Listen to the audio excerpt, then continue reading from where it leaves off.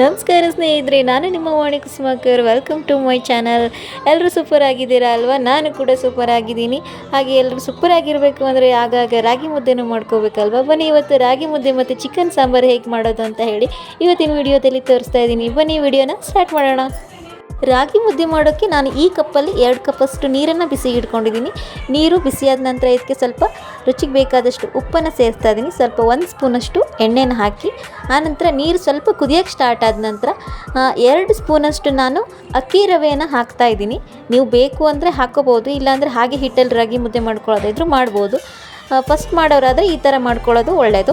ನಾನು ಇವಾಗ ಇದಕ್ಕೆ 1 ಕಪ್ಪಷ್ಟು ರಾಗಿ ಹಿಟ್ಟನ್ನು ಹಾಕ್ತಾಯಿದ್ದೀನಿ. ನೀರು ಕುದಿಯೋಕ್ಕೆ ಸ್ಟಾರ್ಟ್ ಆದಮೇಲೆ ರಾಗಿ ಹಿಟ್ಟನ್ನು ಹಾಕಬೇಕು.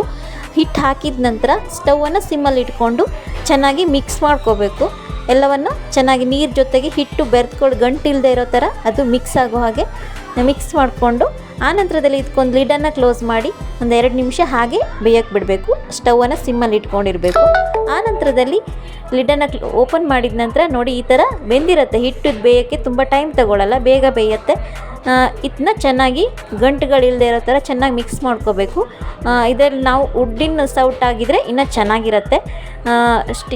ಗಟ್ಟಿಯಾಗಿರೋ ಸೌಟನ್ನು ಯೂಸ್ ಮಾಡಿ. ಆನಂತರ ಸ್ವಲ್ಪ ತಣ್ಣಗಾದ ನಂತರ ನಾವೊಂದು ಪಾತ್ರೆಗೆ ಹಿಟ್ಟನ್ನು ಹಾಕ್ಕೊಂಡು ಮುದ್ದೆ ಮಾಡ್ಕೊತಾ ಇದ್ದೀನಿ. ನೋಡಿ ಚೆನ್ನಾಗಿ ಸಾಫ್ಟಾಗಿ ಬಂದಿದೆ. ಎಲ್ಲ ಮುದ್ದೆನ ರೆಡಿ ಮಾಡ್ಕೊಂಡಿದ್ದೀನಿ. ನೋಡಿ ರಾಗಿ ಮುದ್ದೆ ರೆಡಿ ಇದೆ. ಇವಾಗ ಚಿಕನ್ ಸಾಂಬಾರು ಮಾಡೋಣ ಬನ್ನಿ. ನಾನು ಚಿಕನನ್ನು ತೊಳೆದಿಟ್ಕೊಂಡಿದ್ದೀನಿ. ಅರ್ಧ kg ಅಷ್ಟು ಚಿಕನ್ಗೆ ಸ್ವಲ್ಪ ಉಪ್ಪು, ಆನಂತರ 1 ಸ್ಪೂನ್ ಅರಿಶಿಣ ಪುಡಿ, ಅರ್ಧ ಸ್ಪೂನಷ್ಟು ಪೆಪ್ಪರು, 1.5 ಸ್ಪೂನಷ್ಟು ಶುಂಠಿ ಬೆಳ್ಳುಳ್ಳಿ ಪೇಸ್ಟು, ಆನಂತರ 1 ಈರುಳ್ಳಿಯನ್ನು ಕಟ್ ಮಾಡಿ ಇದಕ್ಕೆ ಹಾಕಿ ಮಿಕ್ಸ್ ಮಾಡ್ಕೊತಾ ಇದ್ದೀನಿ. ಚೆನ್ನಾಗಿ ಮಿಕ್ಸ್ ಮಾಡಿ ಇದಕ್ಕೆ 4 ಸ್ಪೂನಷ್ಟು ಎಣ್ಣೆಯನ್ನು ಹಾಕಿ ಅದನ್ನು ಹಾಕಿ ಸ್ವಲ್ಪ ಮಿಕ್ಸ್ ಮಾಡಿ ಆನಂತರದಲ್ಲಿ ಇದನ್ನು ನಾವು ಬೇಯಿಸ್ಕೊಳ್ಳೋಕೆ ಇಟ್ಕೋಬೇಕು. ಒಂದು ಲೀಡನ್ನು ಕ್ಲೋಸ್ ಮಾಡಿ ನಾನು ಇದನ್ನು ಬೇಯಕ್ಕೆ ಬಿಡ್ತಾಯಿದ್ದೀನಿ. ಇದು ಬೆಂದ ನಂತರ ನೋಡಿ ಇವಾಗ ಒಂದು 10-15 ನಿಮಿಷದ ನಂತರ ಚಿಕನ್ ಚೆನ್ನಾಗಿ ಬೇಯುತ್ತೆ. ಇವಾಗ ನೋಡಿ ಇದು ಬೆಂದಿದೆ. ಬೆಂದಿರೋ ಚಿಕನನ್ನು ಸ್ಟವ್ ಆಫ್ ಮಾಡಿ ಹಾಗೆ ಸೈಡಿಗೆ ಇಡೋಣ. ನಂತರ ಒಂದು ಮಸಾಲೆ ಮಾಡ್ಕೊಳ್ಳೋಣ. ಇವಾಗ ಮಸಾಲೆಗೆ ನಾನಿಲ್ಲಿ 1 ಹೋಳಷ್ಟು ತೆಂಗಿನಕಾಯಿ ತೊಗೊಂಡಿದ್ದೀನಿ. ನಂತರ ಸ್ವಲ್ಪ ಕಲ್ಲು ಹೂವು, 1 ಲವಂಗ, ಚಕ್ರ ಮೊಗ್ಗು 1 ಸಣ್ಣ ಪೀಸು, ಆಮೇಲೆ ಒಂದು ಸ್ವಲ್ಪ ಚಕ್ಕೆ ತೊಗೊಂಡಿದ್ದೀನಿ. ಮಸಾಲೆನ ಜಾಸ್ತಿ ಬಳಸ್ತಾ ಇಲ್ಲ, ನೀವು ಜಾಸ್ತಿ ಬೇಕು ಅಂದರೆ ಜಾಸ್ತಿ ಹಾಕ್ಕೊಳ್ಳಿ. ಆನಂತರ 1 ಈರುಳ್ಳಿ, ಸ್ವಲ್ಪ ಶುಂಠಿ, 1 ಬೆಳ್ಳುಳ್ಳಿ ಮತ್ತು 1 ಹಸಿಮೆಣಸಿನ್ಕಾಯಿ, 3 ಟೊಮೆಟೊ, ಸ್ವಲ್ಪ ಕೊತ್ತಂಬರಿ ಸೊಪ್ಪನ್ನು ತೊಗೊಂಡಿದ್ದೀನಿ. ಆನಂತರ ಒಂದು ಫ್ಯಾನನ್ನು ಬಿಸಿಗಿಟ್ಟು ಅದಕ್ಕೆ ಸ್ವಲ್ಪ ಎಣ್ಣೆನ ಹಾಕಿ ನಾವು ತೆಂಗಿನಕಾಯಿನ ಇದರಲ್ಲಿ ಫ್ರೈ ಮಾಡ್ಕೋಬೇಕು. ಇದು ಗೋಲ್ಡನ್ ಬ್ರೌನ್ ಬರೋವರೆಗೂ ಚೆನ್ನಾಗಿ ಫ್ರೈ ಮಾಡಿಕೊಂಡು ಒಂದು ಪ್ಲೇಟಲ್ಲಿ ಇದನ್ನ ತೆಗೆದಿಟ್ಕೊಳ್ತಾ ಇದ್ದೀನಿ. ಆನಂತರದಲ್ಲಿ ನಾನು ಇದೇ ಪ್ಯಾನ್ಗೆ ಉಳಿದಿರೋ ಮಸಾಲೆಗಳನ್ನೆಲ್ಲ ಹಾಕ್ಕೊಳ್ತಾ ಇದ್ದೀನಿ. ಶುಂಠಿ, ಬೆಳ್ಳುಳ್ಳಿ ಮತ್ತು ಹಸಿಮೆಣಸಿನ್ಕಾಯಿ, ಅದು ಮಸಾಲೆ ಪದಾರ್ಥಗಳೇನಿದೆ ಚಕ್ಕೆ ಲವಂಗ ಅದನ್ನೆಲ್ಲ ಒಂದು ಸರಿ ಫ್ರೈ ಮಾಡಿಕೊಂಡು ಆನಂತರದಲ್ಲಿ ಈರುಳ್ಳಿಯನ್ನು ಹಾಕಬೇಕು. ಈರುಳ್ಳಿ ಗೋಲ್ಡನ್ ಬ್ರೌನ್ ಬರೋವರೆಗೆ ಫ್ರೈ ಮಾಡಿಕೊಂಡು ಆನಂತರ ಟೊಮೆಟೊ ಮತ್ತು ಕೊತ್ತಂಬರಿ ಸೊಪ್ಪನ್ನು ಸೇರಿಸಿ ಫ್ರೈ ಮಾಡ್ಕೊಂಡಿದ್ದೀನಿ. ಅದು ಸ್ವಲ್ಪ ಫ್ರೈ ಆದ ನಂತರ ನಾವು ಇದಕ್ಕೆ ಅರಿಶಿಣ ಪುಡಿಯನ್ನು ಸೇರಿಸ್ತಾ ಇದ್ದೀನಿ. ಅರಿಶಿಣ ಪುಡಿ ಹಾಕಿ ಸ್ವಲ್ಪ ಫ್ರೈ ಮಾಡಿ ಆನಂತರ ಸ್ವಲ್ಪ ಉಪ್ಪನ್ನು ಸೇರಿಸ್ತಾ ಇದ್ದೀನಿ. ಉಪ್ಪು ಹಾಕೋದ್ರಿಂದ ಟೊಮೆಟೊ ಬೇಗ ಸಾಫ್ಟ್ ಆಗುತ್ತೆ, ಹಾಗಾಗಿ ಉಪ್ಪನ್ನು ಈ ಟೈಮಲ್ಲಿ ಸ್ವಲ್ಪ ಹಾಕಿದ್ದೀನಿ. ನಂತರ 1 ಸ್ಪೂನು ಧನಿಯಾ, ಆಮೇಲೆ 3 ಸ್ಪೂನಷ್ಟು ನಾನು ಖಾರದ ಪುಡಿಯನ್ನು ಸೇರಿಸಿ ಇದನ್ನು ಚೆನ್ನಾಗಿ ಹುರ್ಕೊತಾ ಇದ್ದೀನಿ. ಇದು ಚೆನ್ನಾಗಿ ನಾವು ಎಷ್ಟು ಫ್ರೈ ಚೆನ್ನಾಗಿ ಮಾಡ್ತೀವೋ ಅದು ಮಸಾಲೆ ಟೇಸ್ಟ್ ಚೆನ್ನಾಗಿ ಬರುತ್ತೆ. ಆನಂತರ ಸ್ವಲ್ಪ ಹುಣಸೆ ಹಣ್ಣನ್ನು ಸೇರಿಸಿದ್ದೀನಿ.